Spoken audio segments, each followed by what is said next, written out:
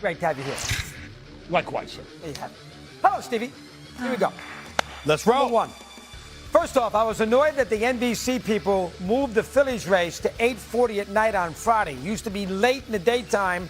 They ruined the businesses in Louisville because now you can't go to Pat's Steakhouse because NBC put the race at 8:40 at night and nobody's going to go drive down to Louisville from Churchill Downs. That drove me crazy. Then on top of the idea that I got every famous person in America and all we see on Saturday with the NBC coverage is all the nonsense with mint juleps and hats and everything else, including Jackson Dart. Well, you know what? He's becoming, Bill Parcells used to hate this. He's becoming a celebrity quarterback.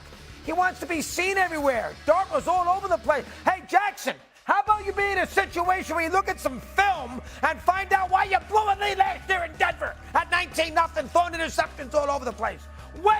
This is ridiculous. I mean, you got to be kidding me. You're a Giant fan right now and you want to watch this? The Giants have Charlie Connerly and Phil Simms and Lawrence Taylor. Think he's healthy. Harry Carson, Belichick, and Parcells. And you want to watch that on Saturday afternoon at the Kentucky Derby? God, that's tough to watch. And I can't stand all the hooping. It's a 2-minute race. Okay, put the TV on at 5 to 7 and get out of there at 7:30. And give NBC credit for one thing. They went right to Celtics and 76ers. No pregame show. No pregame. Thank God. Boom. Tip. There we go. But gee whiz, enough of the Derby nonsense with all the pomp and circumstance. Jackson Dart jumping in there too. Look at this. This is ridiculous. Who wants to watch? It's not sports. This is garbage. Nobody wants to watch that. And NBC, shame on you for doing what you did to the businesses in Louisville by moving your race up to 8:40 at night on Friday. There was a big article in the New York Times about that. Joe Drape, you did a bad job. And a bad job by Dart.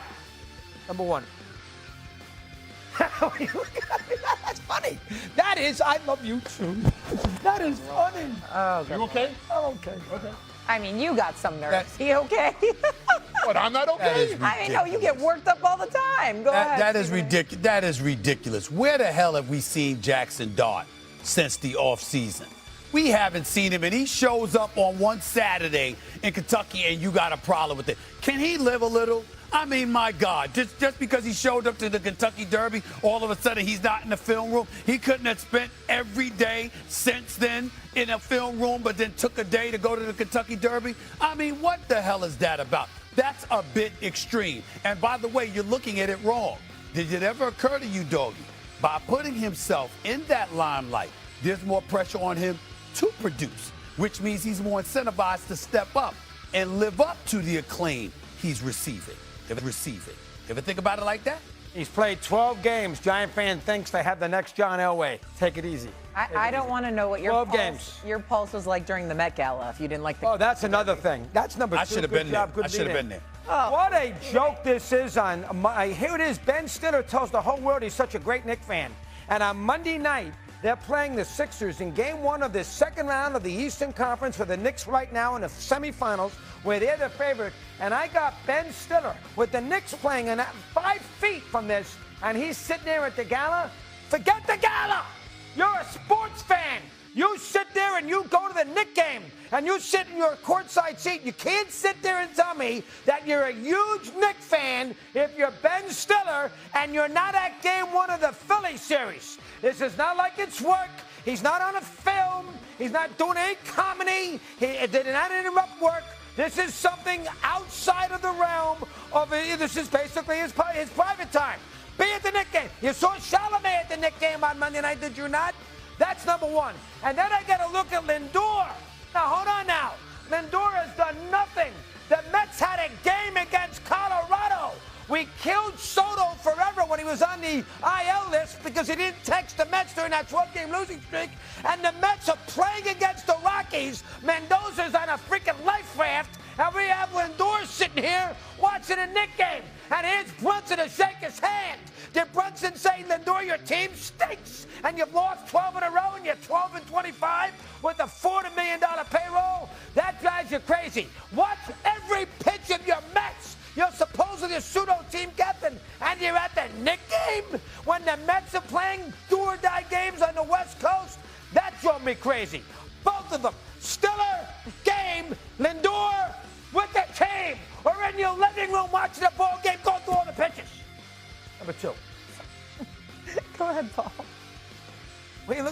way for it. Have you ever considered therapy? Yeah, I've been on it many a time. Or at least like medication to lower your cortisol level? I lose that tech. Valium. I take the Valium because on Monday night, Tuesday nights I can't sleep. I take the Valium. I wasn't really expecting an answer. It's kind of rhetorical. Wasn't expecting an answer, Paul. Listen.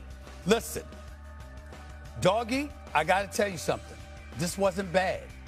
I agree. Ben Stiller should have been at the Knicks game. Very disappointed in Ben Stiller. That's Mr. Zoolander right there. I'm very fond of him. Love him. But I was very disappointed to see him at the Met Gala when the New York Knicks was playing. I'm very disappointed in that. I mean, I might have to talk to him about having his Knicks ticket stripped, okay? That's number one. Number two, I would have agreed with you 1,000% about Lindor if the Mets were in town. The fact that they're on the road, it's not a crime for him to be at the Knicks game. If they were playing at Citi Field, I'd have had a heart attack over that, especially as much as they stink. They're 13-22 on the season, and he's batting .226. But because he's on the IL list, while also the Mets are on the road, I'm not gonna knock him for going to the Knicks. Fair answer. Fair on the road. They were in Colorado. Was up against the Knicks game same time. All right, number three. This is on me and Fat Rob in Vegas. This is a terrible and Rapid City. This is a terrible job on my part. Terrible. And this is why scared money never wins. Steve knows about scared money. All right, this is a betting saga. Let me make this quick. Last week, Game 6, I did a parlay. I bet the Knicks in Atlanta -2 and Orlando, Game 6 against Detroit. I also love the Lakers in Houston and the Sixers in Game 7 in Boston because I thought it was about time they would break that 0-for-18 franchise streak of being 3-1 down, never having won a series. And this is before Tatum got hurt. And it was plus 225. So I would have won 5-1 on one and 8-1 on the other. But I didn't bet the second one until I was sure that, in fact, we were going to get the first one home. Because it's Friday night, and you had to bet the Lakers because they played on Friday night, Knicks, the Celtics play on Saturday night. So what happens? This Knicks blowout of the Hawks with that 63-11. I had an incredible win, and the Magic are up 60-38 at the half. At home in a Game 6, they score the first basket of the third quarter. They're up 24 points. I'm counting my money, which is what a gambler should never do. Count his money. But here's the worst thing. I didn't have the guts or the confidence to say, you know what, I want to win one before I bet something else. I should have put the bet in, and I didn't. So what happens is Orlando loses, so that's a parlay lost. But because I was afraid to go Lakers and Philly, I didn't win the second parlay. Lakers kill Houston 98, whatever the final was. They won by 20. 98-78 was that the Game 6 final on Friday night. And then Philly at plus 225 wins the game against the Celtics. You put $3,500 on it, I would have won $19,000. Oh my goodness! What an idiot! And you couldn't bet Philadelphia on Saturday because once Tatum was inactive, the number went to 140 from 225. So you get killed. And I had both games right. I knew the Knicks. I filled Orlando. I knew the Lakers would bounce back. And I had a gut feeling on Philly, which played perfectly. And like an idiot, I got nervous. I got more money than I can. I'm 66 years of age. Chris, have a little fun. Then I see Dart acting like he acted, and I didn't bet Philly, and they win the game. Back to Dart. Oh, my God. What a terrible job. And I'll tell you right now, I know everybody says Mosley shouldn't get fired, all right? If you're the head coach of that team, and they score 19 points in the second half of a Game 6 at home, 4 for 37 from the field, and you don't call a timeout to get them a layup to stem the leg, you deserve to be fired. Okay, that is unacceptable. If I'm the owner of the team and I get a 24-point lead in the second half in Game 6 at home, and I forget my bet, and I lose the game, you deserve to go. It's tough to say, but it's true. But Fat Rob and I panicked, and that's why I'm still doing these shows after all these years. Enough! I could have retired. Number 3. You retire after 18,000? I don't think so. Go ahead, Paul. My turn? Yes. I don't talk about the. In fact, I boycott the NBA until LeBron James apologizes to Stephen A. Smith. Wow. Boy. Wow. You've taken Stephen A's take with the whole thing with LeBron. He's had my back with Seth Rollins. You're going to have his back with him. on 5 minutes everything. ago. Wow. Stephen, how about that? Is that a disgrace on my part or not? Yes, but are we surprised? You're a degenerate.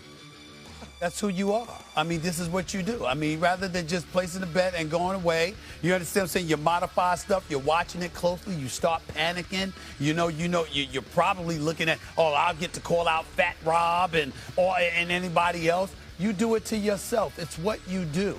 A matter of fact, I think the one thing you do better than sports is lose money gambling. I do lose a lot. Oh. I do lose a Scared lot. money don't That's a rough comment there, Stephen. And he's got some nerve. Has he been at any Knicks games calling out Ben Stiller? He wanted to go to the Metcalf. I was going to say Come the on. same thing, Steve. I've been compromised. We all know that. But not only that, I'm going sometimes. I'm going to the Lakers game this weekend. Stephen, you're a Knicks fan. Yes, I am. I want you at the Knicks games. That's right. Get your rear end here tonight. If they give me a courtside And seat, the I'll Mac sit there. Gulfstream. You can afford it. I can't sit in the stands. All right, we got to go to the bump here.